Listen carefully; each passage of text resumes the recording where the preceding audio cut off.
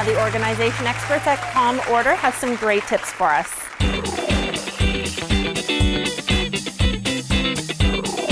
What advice do you have for staying organized while moving into a new house? When you're moving, building, or renovating, it's a great idea to hire a professional organizer to help you with the entire process from start to finish.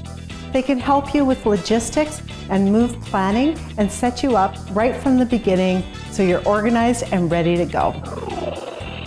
What's the most common issue people have when setting up and organizing their new home? So the most common issue that people have when setting up or organizing their home is they often get overwhelmed with their belongings and they don't know where to start. So they end up living in chaos and disorganization that often doesn't get fixed. What's the best organizing tips you have for turning a house into a home? The best organizing tips are look at your space, know how you want to use the space. The other is have a place for everything and everything in its place. Group like with like, and only keep those things that you use on a regular, consistent basis in your prime real estate.